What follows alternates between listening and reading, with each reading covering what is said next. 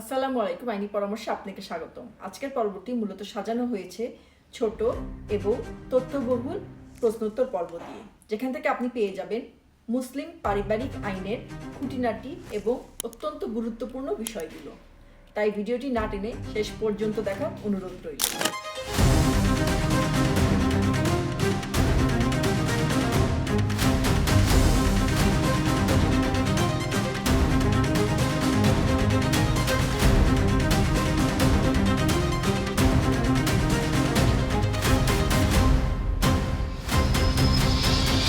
মুসলিম আইনে বিবাহ কি এবং বৈধ বিবাহের শর্তসমূহ কি? মুসলিম আইনে বিয়ে একটি দেওয়ানি চুক্তি। এর শর্তসমূহ হচ্ছে বর এবং কনের বয়স, সাক্ষী, প্রস্তাব গ্রহণ এবং প্রস্তাব দেয়া, দেনমোহর এবং রেজিস্ট্রেশন।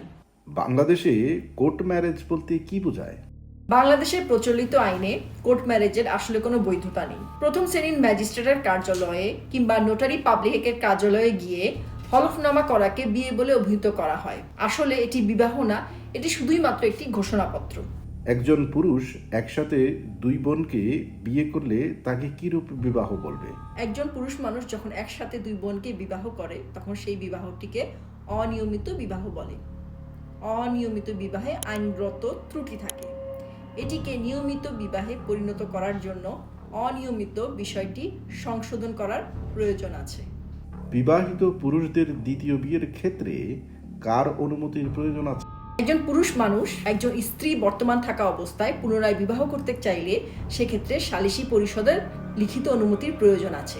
সেক্ষেত্রে তাকে সালিসি পরিষদ বরাবর একটি আবেদন করতে হবে, যেখানে তার দ্বিতীয় বিবাহের কারণ এবং প্রথম স্ত্রীর সম্মতির কথা উল্লেখ করতে হবে।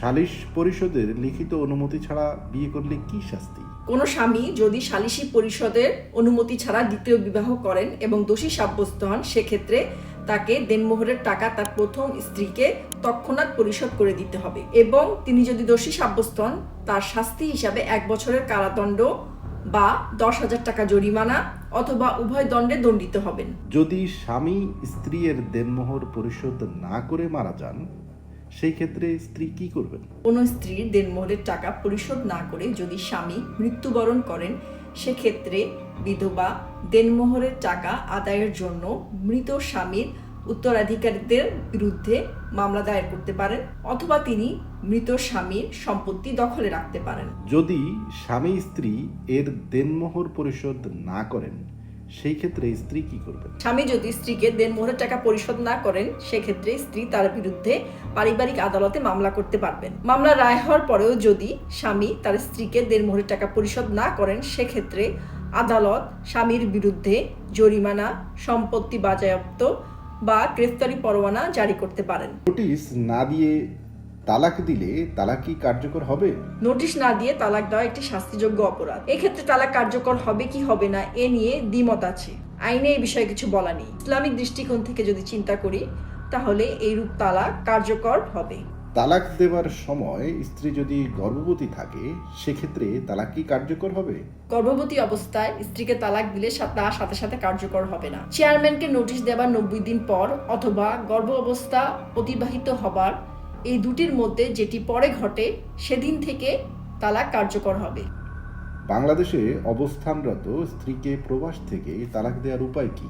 বাংলাদেশে বসবাসরত স্ত্রীকে প্রবাস থেকে তালাক দিতে হলে একটি নির্দিষ্ট ফর্ম পূরণ করতে হবে। অতঃপর সেই দেশের বাংলাদেশ দূতাবাসে গিয়ে সেটি অ্যাটাস্টেশন করতে হবে, ডাকযোগে বাংলাদেশে প্রেরণ করতে হবে। সেটি পররাষ্ট্র মন্ত্রণালয় কর্তৃক ভেরিফাই করবে এবং একজন কাজীর মাধ্যমে সেটি স্ত্রীর নিকট সেই নোটিশটি পাঠাতে হবে। একজন মুসলিম স্ত্রী কি তালাক দিতে পারেন?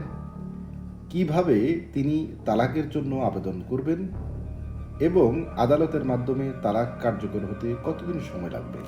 একজন মুসলিম স্ত্রী কাবিননামা দ্বারা স্বামীর কাছ থেকে তালাক দেওয়ার ক্ষমতা প্রাপ্ত হন, তখন তিনি নিজেই তালাক দিতে পারেন।